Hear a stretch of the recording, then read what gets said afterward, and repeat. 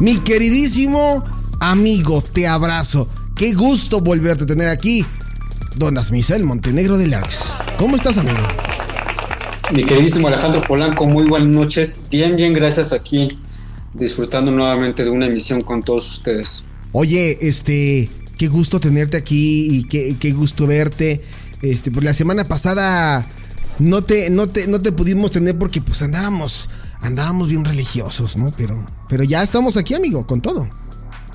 Sí, de hecho yo tuve una breve participación ahí en la Pasión de Cristo en la alcaldía de Iztapalapa, entonces pues andaba ahí de gira artística yo también. Oye, aparte hiciste una serie de especiales a través de tus redes sociales, ¿no? De la Semana Santa, según tengo entendido. Sí, fue precisamente el Jueves Santo, el Viernes Santo y de ahí hasta el Domingo de Resurrección. Es correcto. La verdad es que ya tenía tiempo que yo quería hacer algo, no diferente, sino algo que estuviera afuera de cabina, así como la radio. Sí. Me animé y la verdad es que me gustó mucho cómo quedó, sobre todo porque no vas tanto con la presión del tiempo como lo tengo en cabina. Sí, claro, esto es completamente diferente, es un poquito más abierto este asunto, pero bueno, pues ya, lo importante es que ya estamos otra vez aquí en vivo, amigo, y te mando un fuerte abrazo, en verdad, me da gusto verte.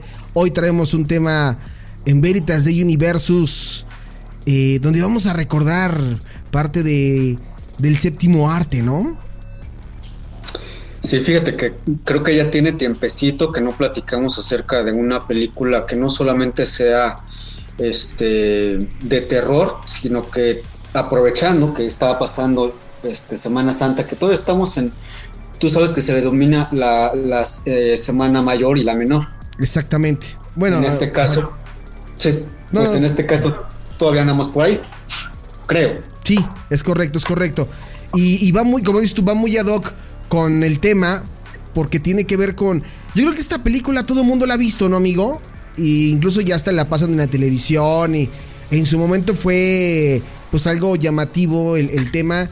Yo no he vuelto a ver una película con esta temática, porque me gusta esta película porque trata temas, a pesar de que es de, no sé cómo considerarlo, si como terror, suspenso o qué, pero es algo que pues en teoría podría pasar.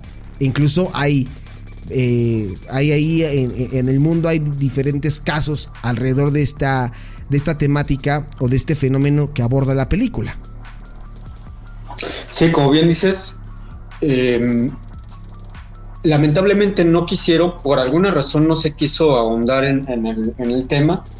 Se apostó más por otro tipo de películas que, si bien es como de suspenso o de terror, nos estamos refiriendo para la gente que nos está haciendo un favor de escucharnos.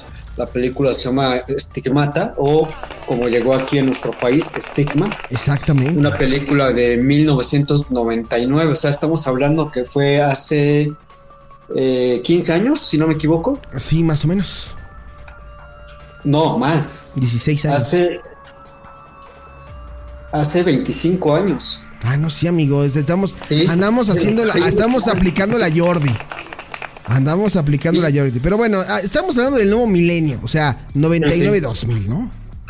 Sí, bueno, el reparto, la verdad es que en ese tiempo los actores, solamente yo recuerdo a uno, que ahora ya totalmente consagrado junto con otro personaje fuerte, uno de ellos que es el personaje un poco central, que es el padre Kiernan. Sí. Este papel lo interpretó el señor Gabriel Byrne, que a lo mejor por el nombre no te dice mucho, pero de lo último que hizo el señor fue aparecer en la primera y una parte de la segunda temporada de Vikings, de esta famosísima serie.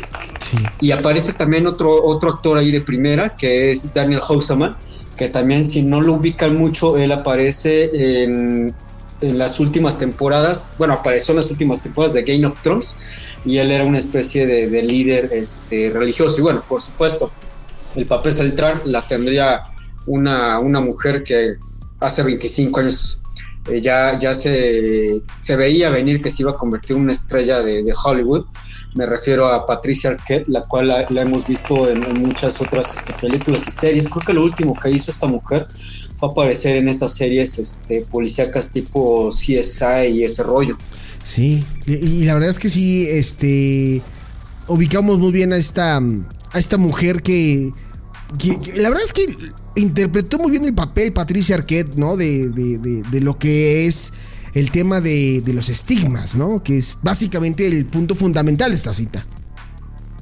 Sí, mira, el guión fue una adaptación de una especie de ¿y qué pasaría si? O sea, me refiero a una duda, vamos. Sí. Porque realmente la película cuando comienza, pues es si no me equivoco, en Brasil, en Sao Paulo. Sí.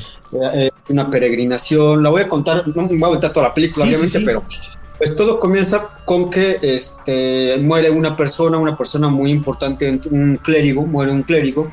Y bueno, alguien por ahí se vuela el rosario que el cuerpo tenía, donde lo estaban velando. Uh-huh. Y bueno, por alguna razón, pues este rosario llega a manos de Frankie, de la chica, el personaje central de esta historia. Y a partir de ese momento empiezan a suceder cosas extrañas en su vida, como por ejemplo que ella le dice que había estado encinta, lo cual a ellos le saca mucho de onda.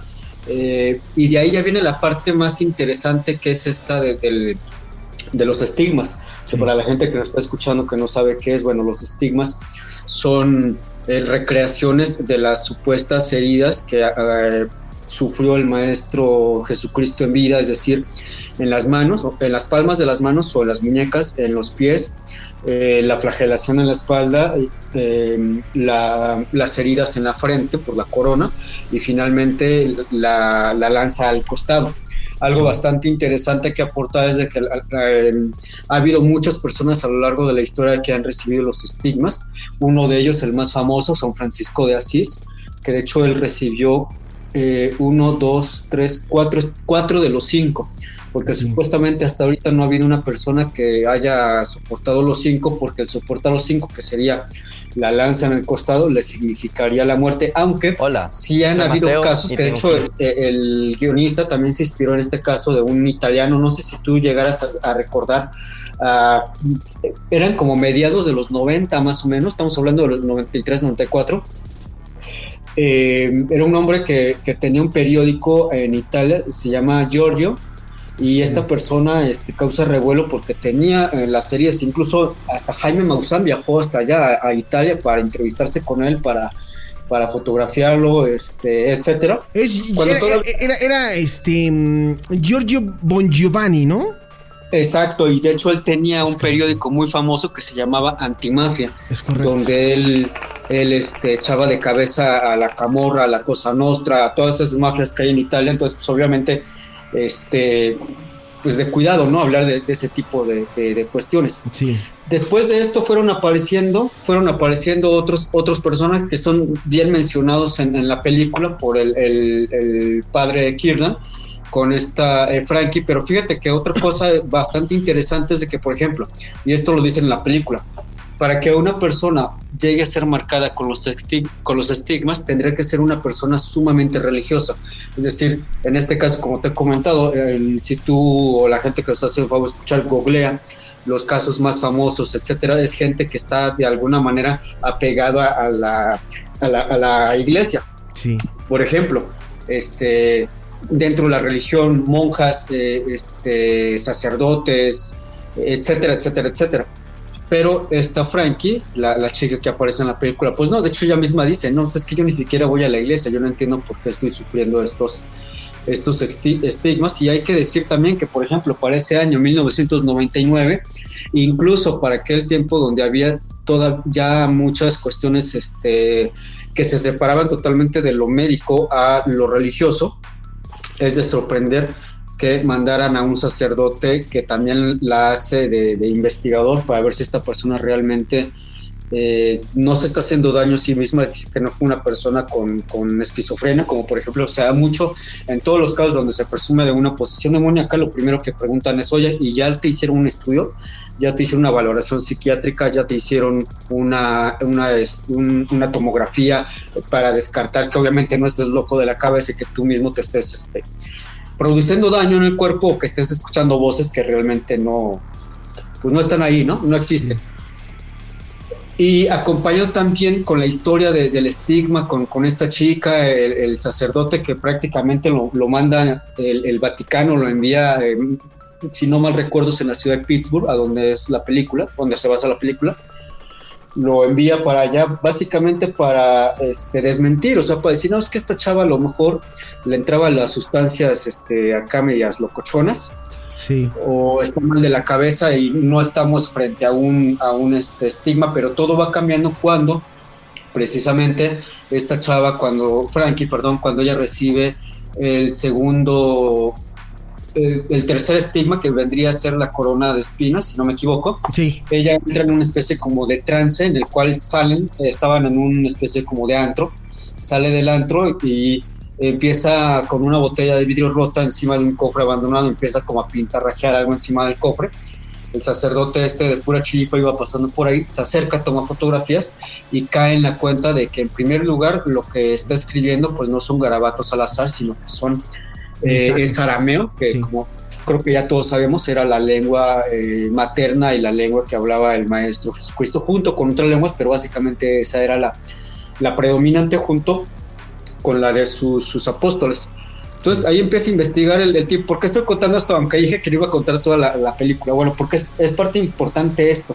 A esto la película le llaman el Evangelio de Jesús o el Evangelio perdido de Jesús.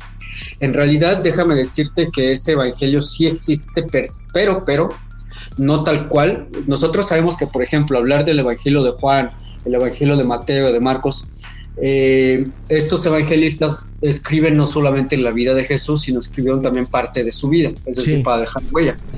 En el caso del Evangelio de Jesús o el Evangelio tal cual, no es que el maestro lo haya escrito, porque no quedó ningún vestigio, como por ejemplo el que después se encontró de Judas Iscariote o el de María Magdalena, etcétera. Que incluso no lo hacen válido, ¿no, Asmizan? O sea, el de Judas dicen que no, o sea, no tiene validez, mucho menos el de María Magdalena. No tienen validez porque cuando se hace el segundo concilio de Nicea hace más de 1700 años, la gente que estaba al frente de la Iglesia Católica en aquel tiempo decide qué se va a estudiar, qué no se va a estudiar, qué entra en la Biblia y qué no entra en la Biblia. Pero como estos rollos se encontraron posteriormente a esto, estamos hablando que uno de estos, del que ahorita estaba platicando, se le llama el Evangelio según Tomás. Esto fue encontrado en unas cuevas muy cerca del Mar Muerto, por allá de los años 50 del siglo pasado.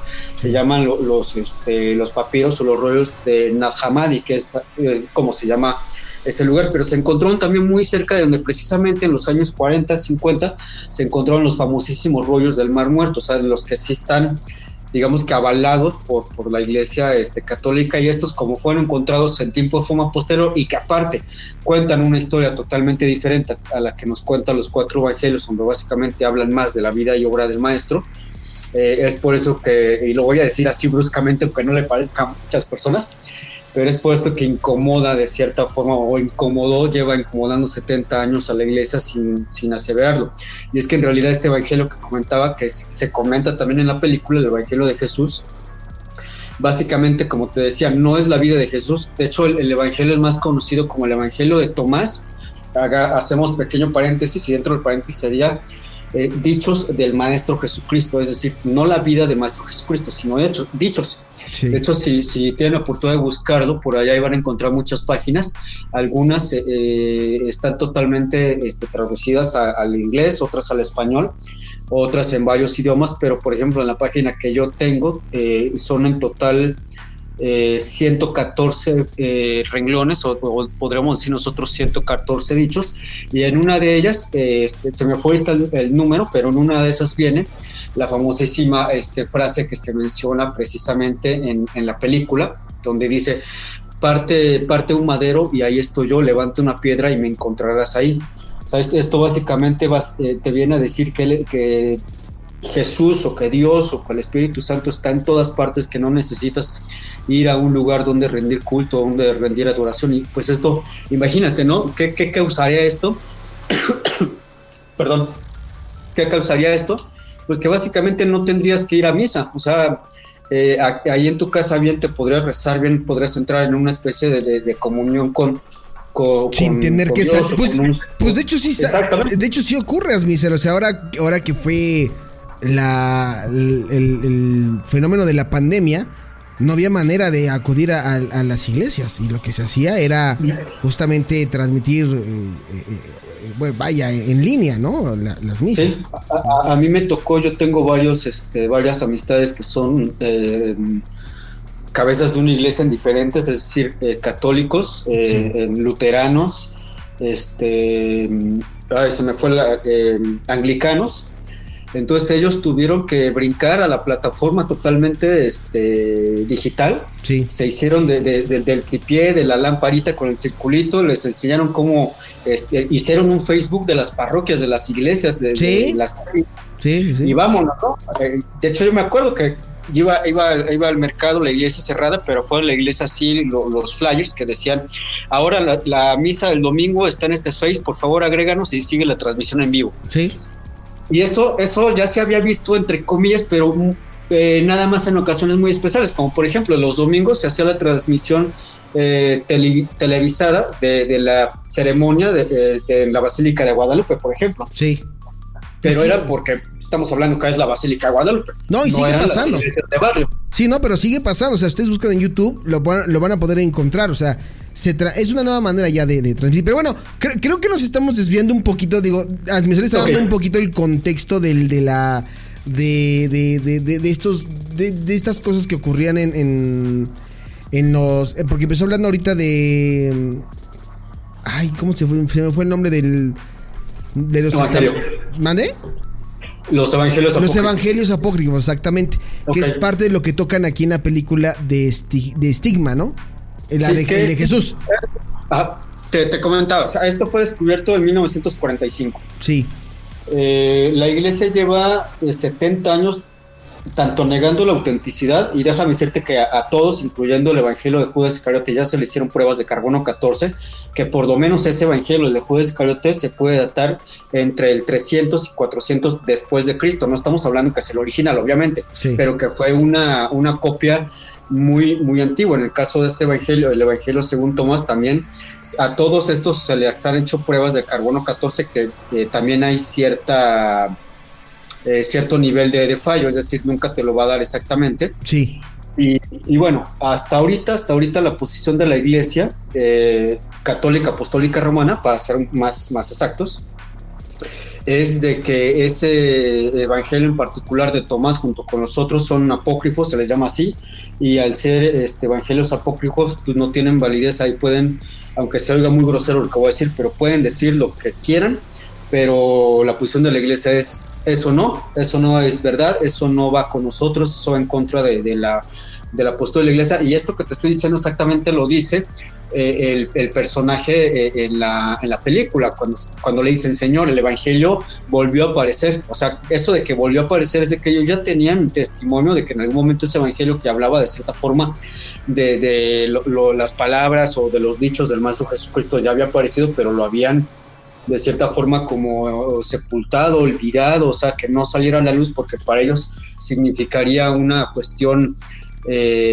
catatónica para la iglesia, y eso los lleva prácticamente a la última parte de la película, donde, fíjate, esta chava de comenzar teniendo estigmas, después resulta que está poseída, sí, pero que no es una posesión diabólica, es decir, es una posesión, vamos a decirle entre comillas, una posesión en buena onda, sí, porque el espíritu que está dentro de esta mujer es precisamente el sacerdote que vimos al principio de la película, que tenía el rosario y que tenía también una parte de la traducción de este mismo evangelio perdido. Y bueno, ya para lo último, pues básicamente se interrumpe esta especie de exorcismo, y al final de la película, ahora sí que hay resumido en unos cuantos renglones, les cuentan lo que yo les acabo de comentar. En 1945 se encontraron muy cerca de los ríos del Mar Muerto, bla, bla, bla, bla, y la posición de la Iglesia Católica, sí, pues no está a gusto con eso. Oye, esta película, perdón, Misael, yo te iba a comentar desde hace rato que estabas explicando pues todo el contexto. Yo creo que es esas pocas películas del nuevo milenio que, a ver, lo que voy a decir a lo mejor puede sonar un poquito arriesgado, pero creo que vemos, por eso yo decía en un inicio, no sé cómo clasificar la película de Stigma, o sea, de terror, de suspenso, de qué es de ciencia ficción, o sea, de qué es la película. Eso es lo que yo creo. Y la otra es que para hacer una película de Nuevo Milenio, pues creo que fue buena porque no habíamos visto algo similar respecto a temas de religión, ¿no? O sea, teníamos el antecedente de El Exorcista y cosas así que iban del lado, pues, de la posesión. Pero como dices tú, de los estigmas no habíamos visto. Bueno, que yo recuerde algo tan popular en aquella época, no lo habíamos visto. No, de hecho, si dejando de lado las películas que hasta ese momento hubieran existido acerca de los... Bueno, ya habían terminado creo que la trilogía del Exorcista y todo ese rollo. Sí. Pero antes de eso, si no me equivoco, a finales de los 80s, principios de los 90 o mediados de los 90, aparecieron unas películas que, por cierto, este año se estrena un nuevo remake de eso que se llama La Profecía. Ah, sí, y de claro. ahí también empieza a hablar de estos temas, pero la verdad es que depende mucho de tu criterio, vamos. Sí. Si eres una persona sumamente religiosa y tú ves La Profecía, sí te va a calar, sinceramente. O sea, sí te va a poner a pensar. En cuanto a lo que comentabas, que tú no sabrías en qué pasillo acomodar Stigma en el blockbuster. Uy, sí. ¿Te acuerdas, no? Que entrabas así, ibas sí, por claro. suspenso, terror, drama. Yo me atrevería a decir que es suspenso, porque no es terror, es un thriller. Y es una buena ópera, digamos ópera prima del director de este Frank Mancuso. Sí. Que este señor, antes de hacer Stigma en 1999, el señor ya era conocido básicamente por hacer tanto películas de ciencia ficción como de terror. O sea, por ejemplo, él dirigió Viernes 13 parte 5, Viernes 13 parte 4, fueron creo que 4 películas de una de especies, que es entre terror y ciencia ficción. De hecho, esta película, ahorita que estoy viendo aquí, Misael, rápidamente, lo que acabo yo de encontrar, dicen que, o sea, que la película es una película de misterio paranormal. Honestamente, el género, o sea, no es como un género popular, o sea, será un derivado probablemente del suspenso o del terror, pero, o sea, así tal cual, misterio paranormal, no. Más para esa época, o sea, en la que no había películas, a eso es a lo que me refiero, películas de ese tipo, pues sí, o sea, está raro, ¿no? La verdad es que también es tan buena la película, tan buena la trama. No sé si ya la hayan bajado, pero creo que está por ahí en Prime, en Amazon Prime. Ah, yo te digo, ahorita les confirmo dónde pueden ver esa película de... Porque en Netflix sí no está, estoy casi seguro que no está en Netflix. La pueden ver en Amazon Prime Video, en Apple TV y en Claro. Todos estos obviamente son de suscripción. Por ahí la pueden ver, ¿no? De manera legal, ¿no? Sí, ya se me quitó la costumbre de andar ahí en una página que tenía nombre como de caverna. Y fíjate que ya lo último que he visto, pues ha sido así, de verdad es que en Prime o en directamente en la plataforma de Netflix. Entonces, y hay muchas películas muy buenas que lamentablemente está difícil que las encuentres así. O sea, tendrías que ir a esas tiendas allá en el centro histórico o la del Búho, o no recuerdo cómo se llama otra tienda que es para discos de música, y ver si la tienen o la puedes encontrar ya sea en DVD o en Blu-ray. Pero por ejemplo, Stigmata yo estoy segurísimo que no la vas a encontrar en Blu-ray, la vas a encontrar en DVD, y eso teniendo mucha suerte, porque como comentamos, es una película de hace 25 años, pero no fue tan conocida como la primera entrega de Scream, por ejemplo, o sea, lo que hizo el verano pasado. Totalmente. Es un poco más fáciles, incluso las puedes encontrar en Blu-ray. Fíjate que me llama la atención una información que me encuentro por aquí del país, que habla justamente sobre la película y que dice que Wayne Wright, que es el director de esta película, Wayne Wright, defendía esta película de Stigmata diciendo que era un filme respetuoso con los católicos. Y dice aquí la nota, y cito textual del país: el británico Rupert Wayne Wright director de Stigmata, defiende con pasión su película, un thriller religioso protagonizado por Patricia Arquette y Gabriel Byrne, ante el miedo de que no sea comprendida su trama, donde una peluquera empieza a sufrir estigmas en su cuerpo. Y cito a Rupert, dice: he sido muy respetuoso con los católicos, intenté hacer una película que fuera ficción, pero que se basara en hechos reales y que provocara la discusión, la investigación y que mostrara que yo soy escéptico, pero no cínico. Estuve más de 3 años investigando los estigmas para no caer en el sensacionalismo. ¿Qué tal?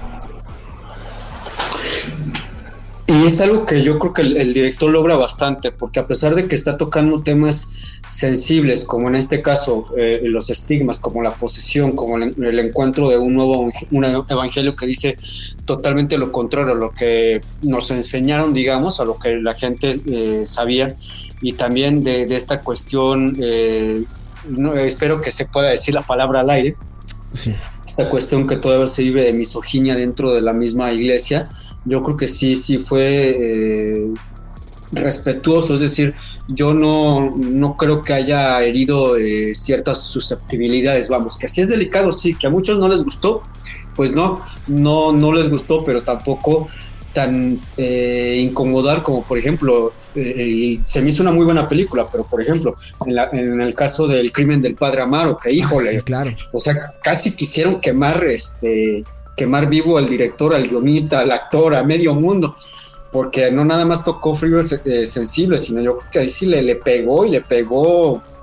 Le pegó bastante. Sí, es que fue una... A ver, sí. volvemos al punto que son cintas que no esperamos y que siempre que se trate de una cuestión de religión, justamente lo que dice aquí Rupert, el director Rupert Wainwright,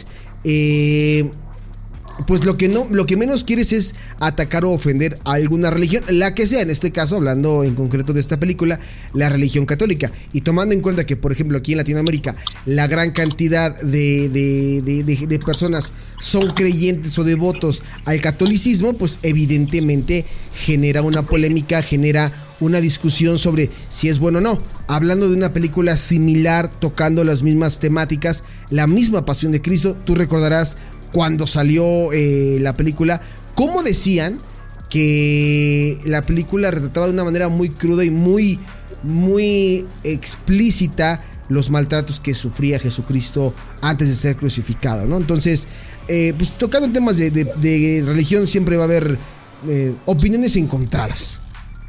Sí, de hecho en el programa que hice de Semana Santa, el primero que hice el Jueves Santo, fue precisamente de esto, es decir, yo englobé lo que era la crucifixión desde un punto de vista histórico, desde un punto de vista antropológico. No me fui mucho con la idea de lo religioso, vamos, pero de todo modo lo tenía que hacer y lo dije al aire, y mostré muchas imágenes de las diferentes formas de crucifixión, las diferentes formas de flagelación, etcétera, etcétera, etcétera.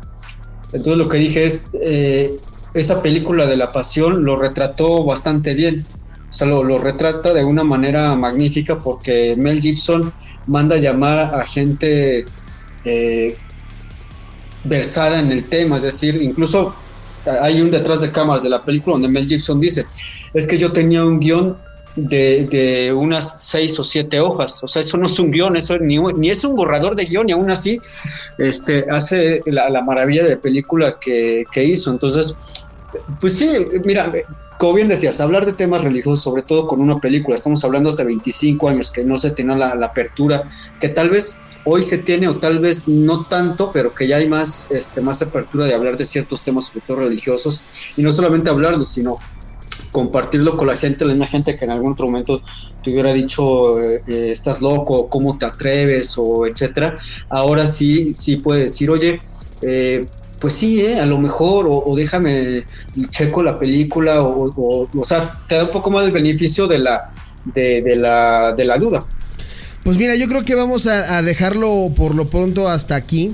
Lo que sí les recomendamos es que vean esta película de Stigma, o también conocida como Stigmata, dirigida por el director Rupert Wainwright, director de esta película. una película, ya lo decía ahorita Misael, del año 1999, estrenada el 10 de septiembre de 1999 en Estados Unidos. Director Rupert Wainwright, un poco complicado de decir su nombre, Wainwright. Y efectivamente lo que dices, Misael, es eso, ¿no? Eso que me acaba de mandar ahorita Misael es lo que pues yo también pienso, ¿no? Pero bueno, en fin, en gustos se rompen géneros. Amigo, rápidamente, en breve, ¿cómo te pueden escuchar? ¿Cómo te pueden seguir en tu show? Literalmente Veritas de Universos, y qué temas tocan y de qué vas a hablar. Claro que sí, mira, me pueden escuchar totalmente en vivo desde la página www.circovoladorradio, es decir, 2 R's juntas, .org, todos los lunes en punto de las 6 de la tarde a las 7 de la noche. Pueden seguir también la transmisión del programa desde la fanpage que es Veritas de Universos en la red social de las 1001 caracteres. Me pueden encontrar como @asmisael, tanto en Instagram como en TikTok me pueden encontrar como lord-asmisael. Y este lunes, si no me plantean otra cuestión, vamos a hacer la segunda parte del culto a los muertos, que se quedó bastante interesante. Okay. Entonces yo creo que vamos a tener la segunda parte ahí, o metemos alguno otro. Me parece muy bien, pues que te sigan entonces en tus redes sociales y por allá nos conectamos el próximo lunes. Yo por ahí puse mis historias de Instagram, chéquenlas. Una historia dedicada a mi buen amigo Asmisael Montenegro de Lerx. Chéquenla, está muy buena porque es una técnica oculta que siempre aplico cada vez que veo al señor Asmisael.